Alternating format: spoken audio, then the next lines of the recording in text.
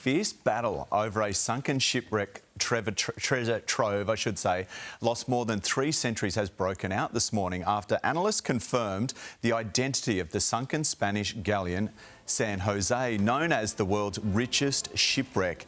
It's believed to have carried, get this, $33 billion worth of treasure, gold, silver and emeralds, but who will walk away with the fortune is another matter, with competing claims from nations, companies and communities alike. Joining us now is Dr. Richard Blakemore, naval historian and author of the new book, Enemies of All. Welcome to the show. This is so cool. So this wreck, discovered back in 1982, why has it taken so long to identify first off?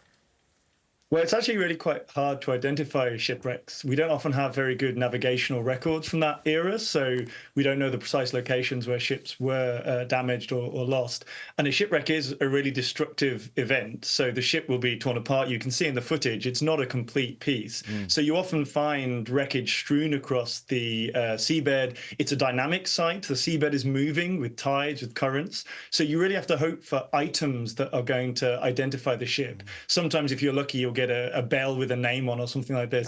I think in this case, the cannons look right, but it's really the gold coins, which were minted in 1707. This ship sinks in 1708, carrying a large amount of coins. So it really looks very convincing that that assemblage of materials means it's this ship. It's like a Hollywood film, isn't it? Like Fool's Gold or Into the Blue. It's just fantastic, this story. And the work that you do is so fun and important, of course.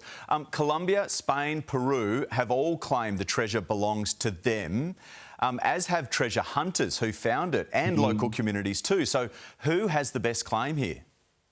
I think it's really hard to say. Spain claims it because it was a Spanish naval ship working for the Spanish crown, carrying Spanish treasure at the time. Colombia claims it because they see it as part of their maritime heritage. And it's worth noting that the Colombian efforts so far by the Navy and archaeologists have been scientific. They've been exploring the wreck. They've been taking photos. They haven't actually recovered the artifacts. It's from photos that they've been able to identify all of the coins. So they are really going with serious archaeology as well as kind of any claims to the treasure.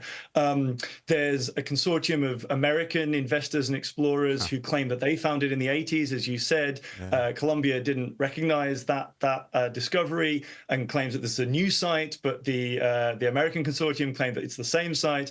And then you also have indigenous rights campaigners who point out that it was their ancestors who were enslaved workers in places like Bolivia who were actually digging up all of the metal and the precious materials that were carried on this cargo. So you have a lot of competing claims. That's not unusual when you get a shipwreck carrying a large treasure. It's very hard to see how it's going to play out, but it's the sort of thing that always happens when you make one of these discoveries. So if you've got the funding to be able to just pull a ship out and dive down and grab it yourself, could you make a claim on this? Well, you could, but I think you'd very quickly find yourself being challenged by many other counterclaims. There's a number of cases where private companies have dug these sorts of wrecks and then found, for example, that the Spanish government, if it's there's one famous case involving the Spanish government, and a court actually found for the Spanish government, not for the treasure hunters. So you have some right of salvage, you have some claim if you're the one who actually locates the wreck, which is what that American consortium are putting forwards. But it's a very complicated situation because of the history, because of the complications of international law and maritime law, and it's quite unpredictable about who's really going to come out on top in these cases. Oh, it's remarkable. Sounds like a job for Indiana Jones. Richard Blakemore, really appreciate your time. Thank you.